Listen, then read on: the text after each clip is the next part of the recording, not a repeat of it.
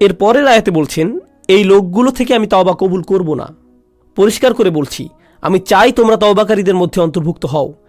এই লোকগুলোকে আমি গ্রহণ করব, কিন্তু এদেরকে আমি গ্রহণ করব না। লাইসাতুত তাওবাতু লিল্লাযীনা ইয়ামালুনা সাইয়্যাত, যারা পাপ করতে থাকে একের পর এক একের পর এক। আগের আয়াতে শব্দটি ছিল সু, মুফরাদ, একবচন। এখন আমরা পাচ্ছি সাইয়্যাত, বহুবচন। এর মানে হচ্ছে সে বারবার গুনাহ করে আর বলে, আরে আস্তাগফিরুল্লাহ, করা উচিত ছিল না, কিন্তু কালকে আবার করব, এরপর আবার আস্তাগফিরুল্লাহ বলবো, সমস্যা নেই। তারা নিজেদের পাপের প্রতি আসক্ত না, বারবার বারবার তারা করতেই থাকে না। নিজেদের বলে না তাওবার দরজা তো খোলাই আছে, আমি আরেকটু মজা করে নিতে পারি। এটা আসলে হলো খ্রিস্টান মানসিকতা। আমি রবিবার যে ক্ষমা চেয়ে নেব, পুরো সপ্তাহ পার্টি করে নেই, তাই না? এরপর রবিবার আবার যে খাতা পরিষ্কার করে আসব। এভাবে আমাদের দিন চলে না। আল্লাহ নিশ্চিত করেছেন যেন আমরা তার দিন নিয়ে এভাবে খেলা না করি। তাই তিনি বলছেন, যেসব মানুষ বারবার গুনাহ করে, বারবার ফিরে যায়, এই চিন্তা করে যে ক্ষমা চাইবে আর সব ঠিক হয়ে যাবে, এমনটা গ্রহণযোগ্য নয়। এভাবে আল্লাহ আজ্জা জাল্লার সাথে খেলা করা যাবে না। ওয়ালাইসাতিত তাওবাতু লিল্লাযীনা ইয়ামালুনা সাইয়্যাত হাত্তা ইযা হাদারা আহাদুহুমুল মাউত, অবশেষে তাদের কারো মৃত্যু চলে আসে। ক্বালা ইন্নী তুবতুল আন, আমি আসলেই তওবা করছি, এই শেষ, আর কখনো করব না। একবার আমি প্লেনে যাচ্ছিলাম, আর সাধারণত যখন প্লেনে চড়ি আমি ঘুমিয়ে যাই।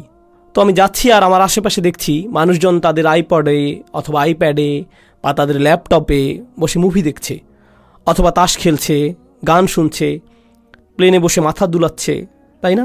তো ঘুম ভেঙে দেখি প্লেন হঠাৎ 50 ফিটের মতো নেমে গেছে, কেবিনের প্রেশার বদলে গেল, মালাকুল মৌতের কাপগুলো নেমে এলো, তাই না? তখন আশেপাশে সবাইকে কি করতে দেখেন? সবাই দোয়া করছে, একেবারে সবাই। ও আল্লাহ, আমি সরি, আমি সরি, আমি সরি। সবাই এমন করছে। কি ধর্ম সেটা আসে যায় না, সবাই দোয়া করছে। এরপর ক্যাপ্টেন ক্ষমা চাইল, কাপগুলো উপরে উঠে এলো, প্লেন আবার স্থির হলো। এরপর কি হয় বলুন তো? প্লে বাটন আবার চাপ দেয়। আর অসাধারণ সিন দেখছিলাম তো আমি। আবার তারা স্বাভাবিক হয়ে যায়। এটাই হলো আল্লাহ আজ্জা জাল্লার সাথে ক্রিয়া কৌতুক। মৃত্যু যখন চলে আসে তখন তারা ক্ষমা প্রার্থনা করতে থাকে, ইন্নী তুবতুল আন ওয়ালাল্লাযীনা ইয়ামুতুনা ওয়া হুম কুফফার। কিংবা তারাও না যারা অবিশ্বাসী অবস্থায় মারা যায়, মানে যারা তাওবা নিয়ে খেলা করে, আর যারা কুফফার অবিশ্বাসী অবস্থায় মারা যায়, আল্লাহর কাছে দুটোই সমান। তিনি তাদের একই আয়াতে ফেলেছেন, একইভাবে বিচার করছেন তাদের।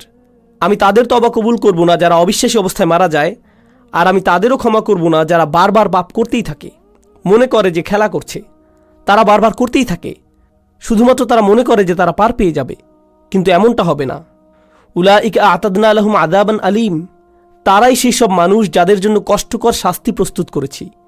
আল্লাহর সাথে আমাদের আচরণ হবে প্রথমত নিজের ভুল স্বীকার করা, দ্বিতীয় ধাপ আল্লাহর দিকে ফিরে যেয়ে তার কাছেই পাপ থেকে বের হবার দোয়া করা, আর তিনি সেটা করবেন। আপনি বলবেন না যে গুনাহটি আমার থেকে বেশি শক্তিশালী, কারণ আল্লাহ বলছেন, লা ইউকাল্লিফুল্লাহু নাফসান ইল্লা উসআহা, আল্লাহ কারো উপরই সাধ্যাতীত বোঝা চাপিয়ে দেন না। আপনি সামলাতে পারবেন বলেই আপনাকে মানুষ হিসেবে বানানো হয়েছে। আপনি আপনার পাপের চাইতে শক্তিশালী, আল্লাহ আজ্জা জাল্লা সেটা জানেন। আপনি নিজেকে প্রবোধ দেবেন না, নিজেকে ভুল বুঝিয়ে বেঁচে যাবেন না। আপনি যেই পাপে জর্জরিত থাকেন না কেন, আপনি সেটার চাইতে শক্তিশালী। এটাই আল্লাহ আমার আপনার জন্য করেছেন। তিনি আমাদেরকে সম্মানিত করেছেন। তিনি আমাদেরকে সম্মানিত না করলে আমাদের পাপ আমাদের চাইতে শক্তিধর হয়ে যেত, শয়তান আমাদের চাইতে ক্ষমতাধর হয়ে যেত। ইন্না ইবাদি লাইসা লাকা আলাইহিম সুলতান, আমার বান্দার উপর তোমার কোনো কর্তৃত্বই থাকবে না। আল্লাহ শয়তানকে বলেছিলেন তোমার কোনো কর্তৃত্ব থাকবে না তাদের উপর, অর্থাৎ সমস্ত মন্দের উৎস শয়তানের কোনো ক্ষমতাই নেই মানুষের উপর। তাই আমাদের অজুহাত দেবার আর কোনো কারণ নেই। আপনি আপনার পাপ স্বীকার করুন, আমরা আল্লাহর দিকে ফিরে গিয়ে আমাদের ভুলকে মেনে নেই। এরপর আন্তরিকভাবে আল্লাহর কাছে ওয়াদা করুন যে এসব থেকে দূরে থাকবেন। আন্তরিকভাবে আল্লাহর কাছে ওয়াদা দিন এসব থেকে দূরে থাকবার। আপনার ক্ষমতায় যতটুকু আছে তা দিয়েই জীবন বদলে দেবার চেষ্টা করুন। সেই পাপ থেকে দূরে থাকুন, সেটা মন্দ বন্ধুদের থেকে আসুক, কিংবা কম্পিউটারের সাথে একা থাকার মাধ্যমে হোক, কিংবা অফিসের কলিগদের থেকে, যেখান থেকেই আসুক না কেন, আপনার জীবন থেকে সেসব বদলানোর চেষ্টা করুন। এটাই হলো তাওবা। সেটা অলসতার তাওবা হতে পারে। আপনি হয়তো ফজরের অনেক পরে উঠে কাজা পড়েন, আহা কাজাটা পরে নেই, তবে এটাই আপনার কাছে নর্মাল হয়ে গেছে। সিরিয়াসলি আর নেন না এটা। আপনি বলেন আমি চেষ্টা করেও পারি না। অবশ্যই পারেন। রাতে মুভি দেখা বন্ধ করে আল্লাহর সামনে দাঁড়ান, অজুহাত দেওয়া বন্ধ করুন। নিজেকে প্রবোধ দেওয়া বন্ধ করুন। আল্লাহ আজ্জা জাল্লা এই জাতিকে তখনই উপরে তুলবেন যখন এই জাতি তওবার জাতি হবে, যখন আমরা আমাদের তওবা দ্বারা পরিশুদ্ধ হব। আল্লাহ আজ্জা জাল্লা আমাদের সবাইকে তার ক্ষমা চাইবার ক্ষেত্রে আন্তরিকতা দান করুন। আল্লাহ আজ্জা জাল্লা আমাদের তওবা গ্রহণ করুন, দিনে দিনে আরও ভালো মুসলিমে পরিণত করুন।